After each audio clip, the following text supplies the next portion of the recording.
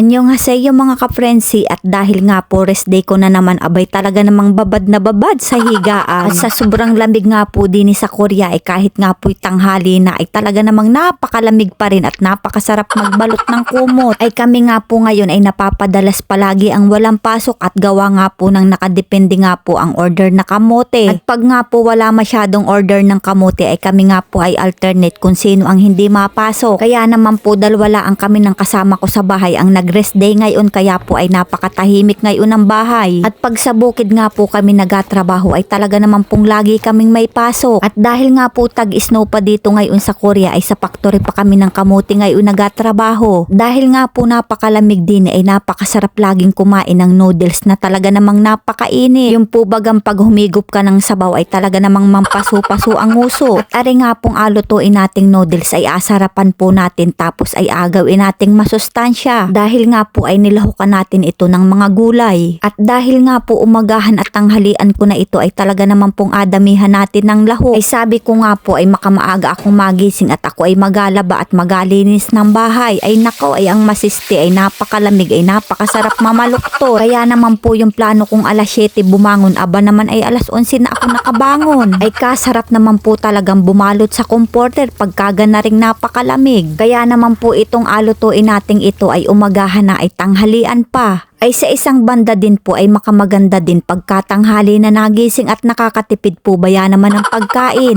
Dahil nga po inapagsama na yung pang-umagahan at saka ay tanghalian ay di bagay gayon ang pagkain, brunch daw po ang tawag doon, sabi nila. At ari nga pong noodles ang palagi kong inabili pagka ako'y nagagrocery at ako po baya naman ay sarap na sarap din eh. At ari nga po ay kahit maanghang lagyan mo laang ng itlog ay talaga namang napakasarap na. Ay lalo na po yung agawin natin ngayong luto ay talaga naman pong mas masarap. Pag nilagay nga po natin yung itlog ay wag po nating ahaluin para po pag naluto ay buo pa rin, tapos ilagay na nga po natin yung ating mga gulay. At kahit po baya naman mga ka-frenzy ay instant noodles lang ang ating pagkain, basta lagyan natin ng gulay ay masustansya din. At ayan, dahil nga po ay makamabilis lang itong maluto ay ilagay na nga po natin ari sa mangkok. Dahil nga po dalawa kaming nag-rest day ngayon ay apaghatiin nga po natin itong ating niluto. Ay talaga naman pong napakasarap ng sabaw na rin at napakasarap talagang higupin, lalo na po at napakalamig talaga din eh. At ilagay na nga po natin yung toppings nating niluto sa ibabaw ay hindi na po talaga ako magkakanin at ari pala ang ay busog na busog na. At sa ginawa nga po nating ari abay parang umorder na rin po tayo ng espesyal na lumi sa Pilipinas.